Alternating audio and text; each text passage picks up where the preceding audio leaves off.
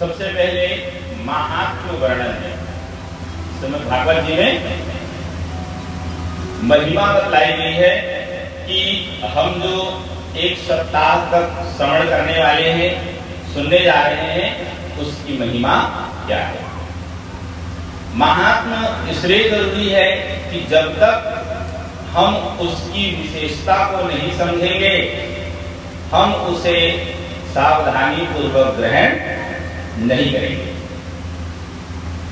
एक छोटा सा उदाहरण, पारस पत्थर सुने हैं, क्या काम करता है?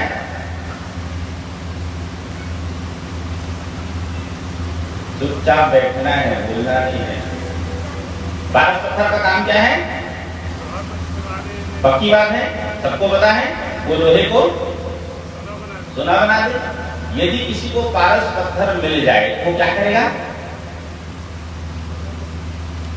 संभाल के रखेगा। और जिसे यह पता न हो कि उसकी विशेषता क्या है, वो क्या करेगा? सामान्य पत्थर मानकर उसे फेंक देगा। सत्य है। तो ठीक उसी प्रकार देखिए, जैसे कि मैंने सुना है, यहाँ पे आए दिन सत्संग होते रहता है, मतलब आपके यहाँ ग्राम में भागवत जी की कथा होती ही रहती है। अच्छी बात है। तब तो इतनी बात जरूर पता होगी कि हमें उसे कैसे ग्रहण करना चाहिए, निश्चित रूप से जानकारी होगी। फिर भी मैं कहना चाहूंगा कि महिमा सुननी आवश्यक है।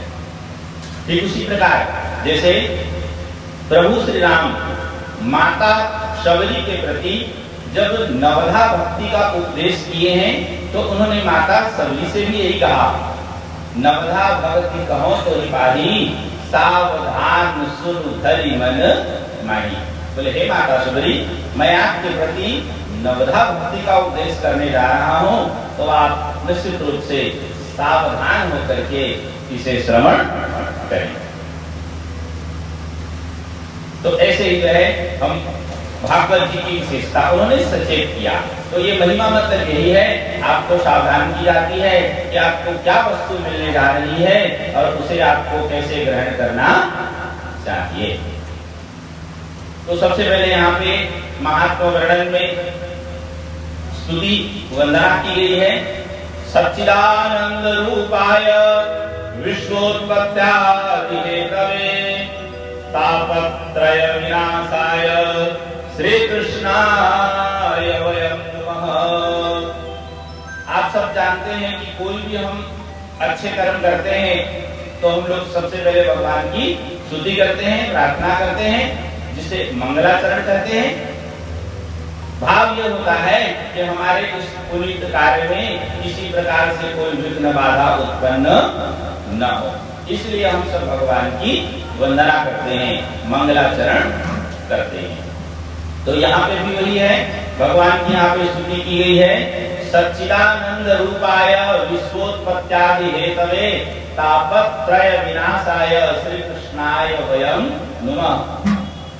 प्रभु के 3 स्वरूप बतलाए गए हैं, सत, चित और आनंद। प्रभु के 3 स्वरूप बतलाए गए हैं, सत, चित और आनंद। तीनों मिलकर बने हैं सच्चिदानंद।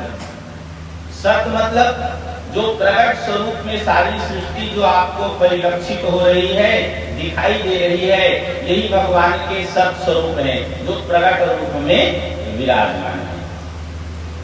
चित मतलब जो अप्रकट रूप से आपके हृदय में कहें, प्रत्येक